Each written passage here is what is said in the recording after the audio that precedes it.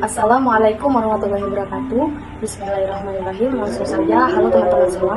Kami dari kelompok 5 beranggotakan 6 orang, yaitu saya sendiri, Paradisa Ellen, dan nantinya akan ada rekan saya, Iza Adila, Amelia Husna, Dian Padilla, Cindy Alpareza, dan Ade Harlina. Di sini kami akan menjelaskan tentang akreditasi sekolah, yang mana saya sendiri akan menjelaskan tentang pengertian akreditasi. Pengertian akreditasi berdasarkan Undang-Undang Nomor 20 Tahun 2003 tentang Sistem Pendidikan Nasional.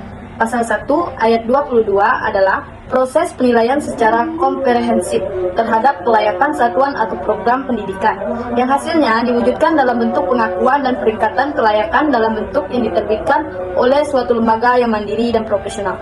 Baiklah, sekian dari saya. Selanjutnya dilanjutkan oleh rekan saya, Iza Adila.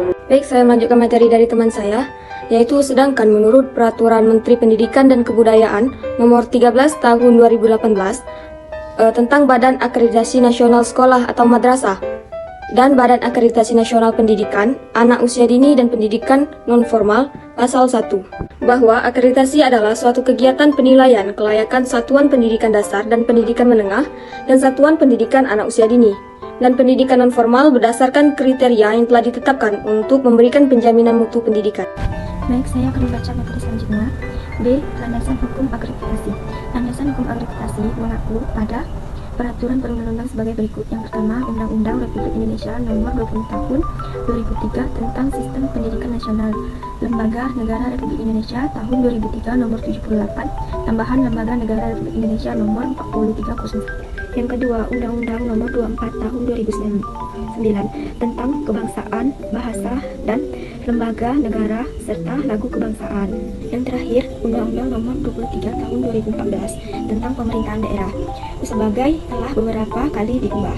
Terakhir dengan Undang-Undang Nomor 19 Tahun 2015 tentang perubahan kedua atas Undang-Undang Nomor 23 Tahun 2024 tentang Pemerintahan Daerah. Baiklah, selanjutnya itu tujuan akreditasi. Akreditasi sekolah atau madrasah bertujuan untuk yang pertama itu memberikan informasi tentang kelayakan sekolah atau madrasah yang dilaksanakan. Yang kedua yaitu memberikan pengakuan peringkat kebijakan. Nah, yang ketiga yaitu menekankan mutu pendidikan mengacu pada standar nasional pendidikan. Dan yang terakhir yaitu memberikan pertanggungjawaban kepada pemangku kepentingan sebagai bentuk akuntabilitas publik. Saya Ade Herlina Effendi. Di sini saya akan menjelaskan bagian manfaat akreditasi sekolah. Yang pertama adalah acuan dalam peningkatan dan pengembangan sekolah atau madrasah. Yang kedua yaitu umpan balik dalam usaha pemberdayaan dan pengembangan kinerja warga sekolah atau madrasah dalam rangka menerapkan visi misi, sasaran, tujuan, strategi, dan program sekolah atau madrasah. Yang ketiga yaitu motivasi agar sekolah atau madrasah terus meningkatkan mutu pendidikan secara bertahap, terencana, dan kompetitif baik di tingkat kabupaten atau kota, provinsi, nasional, bahkan regional dan internasional. Yang keempat yaitu informasi dan rekomendasi pemerintah daerah, yayasan atau lembaga pendidikan, maupun komite sekolah atau madrasah dalam rangka perbaikan mutu sekolah. Baiklah, di sini saya akan melanjutkan materi dari teman saya, yaitu fungsi akreditasi.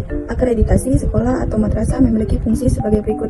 1. Pengetahuan, yaitu informasi bagi semua pihak tentang kelayakan sekolah atau madrasah dilihat dari berbagai unsur terkait yang mengacu pada standar nasional pendidikan.